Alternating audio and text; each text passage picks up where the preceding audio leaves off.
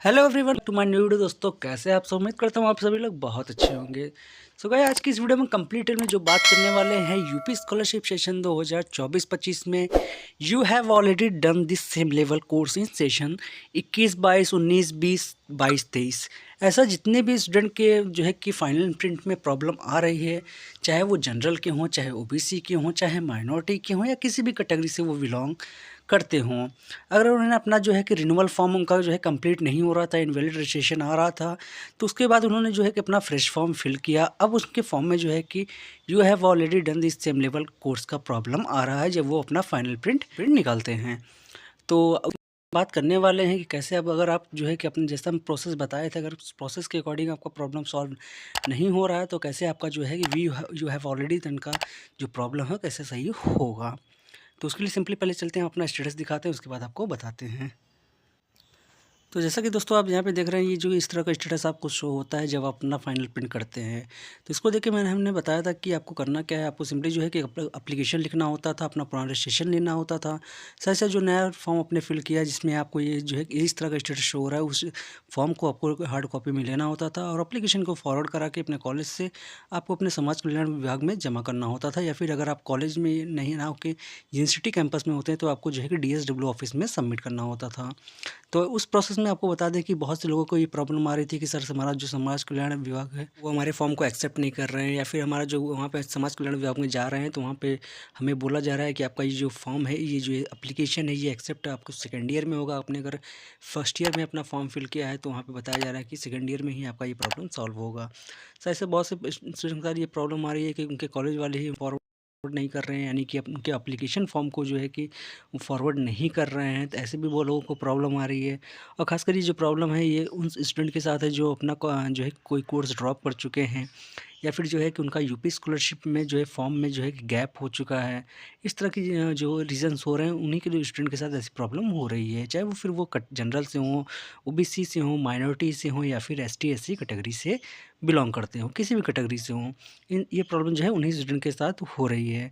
तो उनके लिए हमने जो ये प्रोसेस बताया था, तो अगर आप इससे जो है क्या संतुष्ट नहीं हो पा रहे हैं, यानी कि अगर समाज कल्याण विभाग आपका जो है कि एप्लीकेशन ही नहीं एक्सेप्ट कर रहा है, आपका जो कि मैटर है, जो प्रॉब्लम है उसको नहीं सुन रहा है, तो आपको कैसे आपका जो प्रॉब्लम है वो सॉल्व करना है। तो इसके लिए आपको सिंपली 2 प्रॉब्लम्स का सॉल्यूशन यहाँ पे आपको मिल सकता है। या तो आपको जैसे कि बताया गया कि आपको जो है कि लखनऊ जाके अपने जो कि वहाँ पे आपको हेड ऑफ़िस है समाज कल्याण विभाग का, वहाँ से जाके अपना पुराना डाटा को डिलीट करा के नया को जो है अप्रूव करा लें। या फिर आपको बस दूसरा ऑप्शन ये बनता है कि आप पहले कंप्लेंट करें। कंप्लेंट किसके जो अगेंस्ट करेंगे, तो यहाँ पे आप जो है कंप्लेंट कर सकते हैं समाज कल्याण विभाग को लेके कि वहाँ पे आपकी इस बात को सुना नहीं जा रहा है। क्योंकि अगर आप जैसे ही कंप्लेंट करते हैं तो वो कंप्लेंट आपको समाज कल्याण विभाग जाती है कि इस तरह का स्टूडेंट है, इसने ऐसी कंप्लेंट की है कि वहाँ पे इस तरह की प्रॉब्लम वो लेके गया था, बट वहाँ पे बात नहीं सुनी जा रही है। फिर क्या है, समाज कल्याण विभाग से आपको रिप्लाई आता है कि हाँ प्रॉब्लम क्या है, जो भी उसका सॉल्यूशन होता है वो चीज़ें बताई जाती हैं, जो भी उनके एक्सक्यूज़ होते हैं वो सारी चीज़ें बताई जाती हैं। तो ऐसे भी आपका जो है प्रॉब्लम सॉल्व हो सकता है। तो और दूसरी चीज़ जो है कि आप लखनऊ जाके अपने डायरेक्टली हेड ऑफ़िस से वहाँ से प्रॉब्लम को जो सॉल्व कर सकते हैं। अब यहाँ पे क्वेश्चन ये आता है कि अगर सर हम लखनऊ जाते हैं तो हमें क्या-क्या डॉक्यूमेंट्स लेके जाने हैं? जबकि बहुत से स्टूडेंट ने हमेशा क्वेश्चन किया कि सर लखनऊ अगर हम डायरेक्टली जाते हैं कि हमारा समाज कल्याण नहीं सुन रहा है, हमारे या फिर कॉलेज से फॉरवर्ड नहीं हो रहा है, तो हम अगर डायरेक्टली जो है कि लखनऊ हेड ऑफ़िस जाते हैं, तो हमें क्या-क्या डॉक्यूमेंट्स लेके जाने होंगे?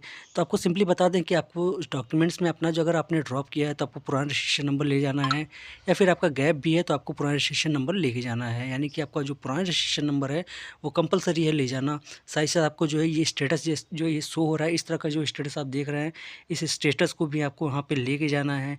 इस स्टेटस का प्रिंट आउट निकाल के जाना है, साथ ही साथ एक एप्लीकेशन लिखना है, और जो आपने नया फॉर्म फिल किया है उसका जो रजिस्ट्रेशन है वो आपको लेके जाना है। क्योंकि आपका जो पुराना रजिस्ट्रेशन होगा उस रजिस्ट्रेशन के नंबर पे ही जो है आपको डिटेल्स को खोला जाएगा, ओपन किया जाएगा, उसके बाद ही उस डाटा को रिमूव किया जाएगा, डिलीट किया जाएगा। तो अगर आप रजिस्ट्रेशन नंबर ही नहीं ले जाएँगे पुराना, तो आपका डाटा डिलीट नहीं हो पाएगा। उसके बाद बात आती है कि वो नए रजिस्ट्रेशन की, तो जैसे ही आपका पुराना डाटा डिलीट होता है, पुराना रजिस्ट्रेशन डिलीट होता है, तो आपका जो आप नया रजिस्ट्रेशन आपने किया होगा उस रजिस्ट्रेशन को अप्रूव कर दिया जाएगा। वहाँ से करने के बाद आपको फिर जो है कि डिस्ट्रिक्ट के लिए भेज दिया जाएगा, यानी आपके फॉर्म को डिस्ट्रिक्ट में भेज दिया जाएगा। वहाँ से आपको जो नया वाला फॉर्म है वो अप्रूव हो जाएगा। और जहाँ पे और दूसरा जो हमने कंप्लेंट की बात कही, तो बहुत से स्टूडेंट के मन में ये डाउट होगा कि सर हम कंप्लेंट कैसे करें, कहाँ किससे जाके कंप्लेंट करें। तो सबसे पहले तो आपको जो है कि अगर आप समाज कल्याण के जो कर्मचारी हैं वहाँ, अगर वो आपकी बात नहीं सुन रहे हैं, तो आप डायरेक्टली वहाँ के जो जिला समाज कल्याण अधिकारी होते हैं उनसे बात कर सकते हैं। अगर उनके थ्रू भी आपका प्रॉब्लम सॉल्व नहीं हो रहा है, तो आप जन सुनवाई पोर्टल पे जो है कंप्लेंट कर सकते हैं। ये कंप्लेंट आपको ऑनलाइन ही करनी होती है, चाहे आप जाके अपने फ़ोन से भी कर सकते हैं, या फिर आप जो है कि फ़ोन से अपने जो है कि पोर्टल के माध्यम से, जन सुनवाई पोर्टल के माध्यम से कर सकते हैं, या फिर अपना जो है कि उनके नंबर पे कॉल करके भी कर सकते हैं।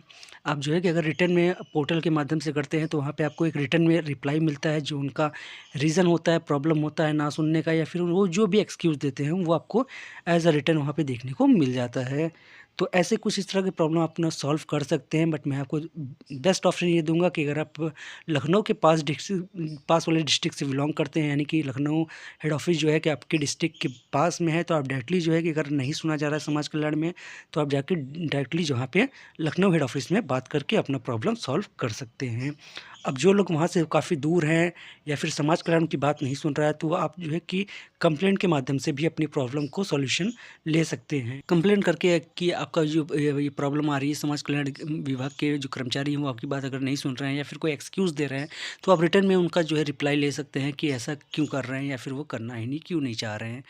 और आपको लिए बेस्ट ऑप्शन ये बताऊँ कि अगर आप इतना एबल है कि आप जाके वहाँ लखनऊ कर सकते हैं, लखनऊ जा सकते हैं, तो आप लखनऊ जाके ट्राई ज़रूर करिएगा। क्योंकि इस तरह की जो प्रॉब्लम अगर आप अभी सॉर्ट आउट नहीं करेंगे, इस तरह की जो प्रॉब्लम आ रही है, अगर आपने इसका सॉल्यूशन अभी नहीं निकाल लिया, तो जब तक आपका ये कोर्स चलेगा, चाहे आप यूजी में जाएँ, चाहे पीजी में जाएँ, तब तक आपके लिए ये प्रॉब्लम बनी रहेगी। जितने किसी भी साल आप अपना फॉर्म फिल करेंगे, इस तरह का रीज़न आपको शो होगा, इस तरह की प्रॉब्लम आएगी। तो जल्द से जल्द ये प्रॉब्लम को सॉल्व करना बहुत ही ज़रूरी है, तभी आपको यूपी स्कॉलरशिप का लाभ मिल सकता है। चाहे वो यूपी स्कॉलरशिप सेशन 2024-25 हो, चाहे 25-26 हो, चाहे 26-27 हो। आपका जब तक कोर्स ये रहेगा, आप किसी भी कोर्स में जाएँगे, आप फॉर्म अप्लाई करेंगे, तो ये प्रॉब्लम आएगी। सो गाइज़, आप जल्द से जल्द जो है कि इस प्रॉब्लम का सॉल्यूशन ले लीजिए, ताकि आपको यूपी स्कॉलरशिप सेशन 2024-25 में आप उसका लाभ मिल सके।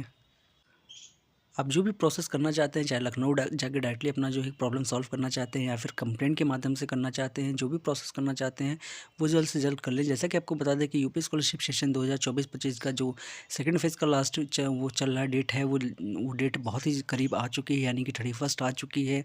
आपको बता दें कि डेट एक्सटेंड भी होंगी, जैसा कि हमने अपने वीडियो में भी बताया था कि जो डेट है वो 15 जनवरी तक एक्सटेंड हो चुकी हैं।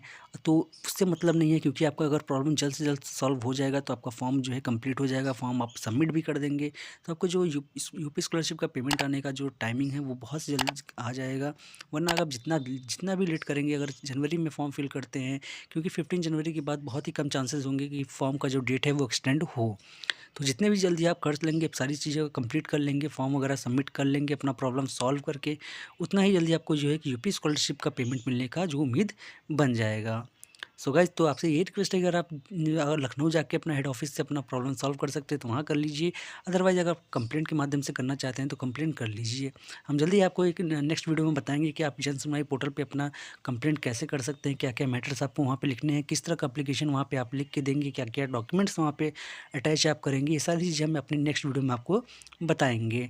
तो अगर ये वीडियो आप लोगों को बहुत ज़्यादा पसंद आई, तो वीडियो को लाइक, कमेंट एंड शेयर ज़रूर करिएगा। साथ ही साथ इस वीडियो को जो है कि अपने दोस्तों में ज़रूर से ज़रूर शेयर कर दीजिए, ताकि उन लोगों को भी अगर किसी तरह की कोई हेल्प की ज़रूरत हो, तो वो कॉन्टैक्ट कर सकें। हमारे इंस्टा आईडी को फॉलो कर लीजिए, वहाँ पे आपको जो है कि हर एक अपडेट जो है सबसे पहले वहाँ देखने को मिल जाती है। या फिर आपको किसी भी तरह की कोई डाउट होता है, कोई क्वेरी होती है, कोई प्रॉब्लम होती है, तो आप डायरेक्टली जो है कि इंस्टा पे डायरेक्ट मैसेज करके बात कर सकते हैं। वहाँ पे आपको हर एक चीज़ का सॉल्यूशन देखने को मिल जाएगा।